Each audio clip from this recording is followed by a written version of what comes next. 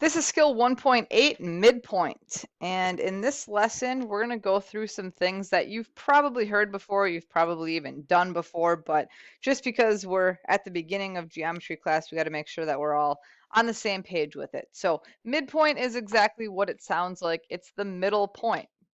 So it is the middle point between, I'm going to abbreviate that, BTWN, between two other points, or it's the middle of a line segment.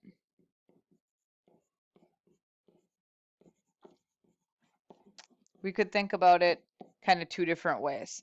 So for example here, off to the side, let's make 2 points. Here's our 2 points. Let's call one of them point A and one of them point B. Now the midpoint is going to be smack dab between those two. So right in there, you can put an M by it. Okay, so there's the first definition. Midpoint is the middle between 2 points. Or we could connect points A and B to make a line segment, and now we can see that that point M is the very middle of the line segment. Now, what's nice about a line segment is you can mark those two sides as congruent. A to M is the exact same length as M to B. Okay, now midpoint formula. You've probably seen this before. Midpoint formula is useful when you are using a graph and you are trying to figure out where exactly that midpoint is if you happen to have those two endpoints. So it looks like this, and maybe remember it, maybe try to guess right now before I write it down. MP stands for midpoint. I usually use a colon instead of an equal sign. And then what we do is we add together the two x values that we get from the points, and then we divide by 2. So we're finding the middle. We're finding the average of the x values, and then we're finding the average of the y values. Okay, so where are all these x's and y's coming from? They're coming from A has an x and a y, and B has an x and a y. So add up your x's, divide by 2, add up your y's, divide by 2, and you're done. Okay, so moving on to an example. Take a minute here to probably pause and sketch this in your notes, or grab a piece of graph paper and glue that into your notes. And we're going to find the midpoint of AB. Now, it's on a graph, so we're probably going to want to use that midpoint formula. So let's just kind of get it set up here to begin with. I always do this just to get myself set up. Okay, then what I need to do is grab the x's, add them together, and divide by 2. So first, let's get organized here. Let's find point A. Point A is left 4, so -4, and then up 3. So that's our x1 and our y1. And then B is over 3 and up 1. So there's our x2 and our y2. Okay, now grab your x's. -4 plus 3. Add them together. Divide by 2. Grab your y's. 3 plus 1. Divide by 2. Okay, now I would recommend kind of just doing this in your head if you can. It gets a little complicated if you try to type this stuff into the calculator. I would say only do that if you absolutely have to. I think we can do this in our head. -4 plus 3 is -1, so -1/2. And 3 plus 1 is 4. I'm just going to write 4 up here so we don't forget. And 4 divided by 2 is 2. So there's our midpoint. Back a half a square. So left a half a square would put us there, and then up 2, 1, 2. And that looks really, really good to me. It looks to me like the left side and the right side are exactly the same. So I think we have found our midpoint. All right. Example 2. This one, we're probably going to need to use a calculator because what a mess. We have lots of decimals and negatives and positives and gross. So we're not even going to bother graphing this. We're just going to practice using that midpoint formula to figure out what is the halfway point between E and F. So let's do midpoint formula. I like to get it set up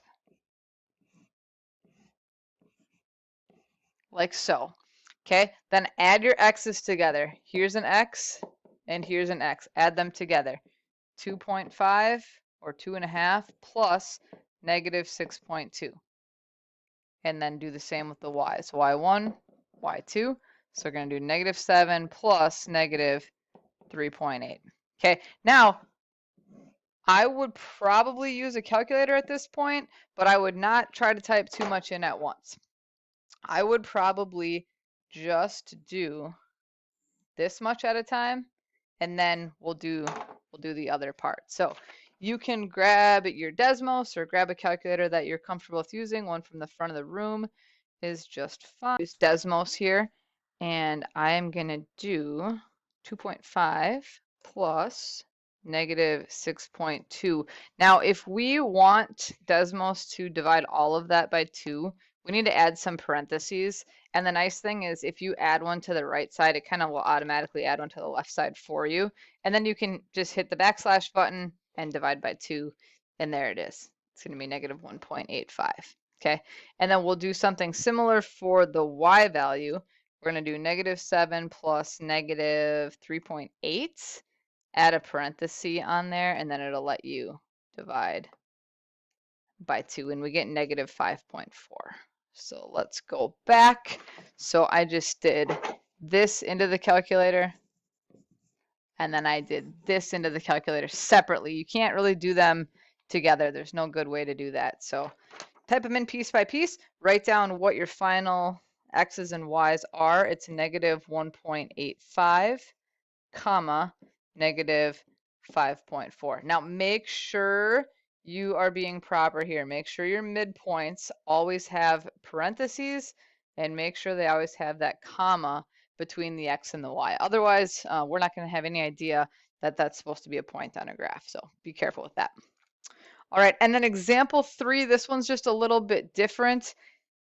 This time we have a segment. It's not on a graph, but they're telling us that M is the midpoint of RT, of segment RT. They want us to find X, and then they actually want us to find the length of RT. So a couple different ways that we know that M is the midpoint. Number one is they told us in the directions that M is the midpoint.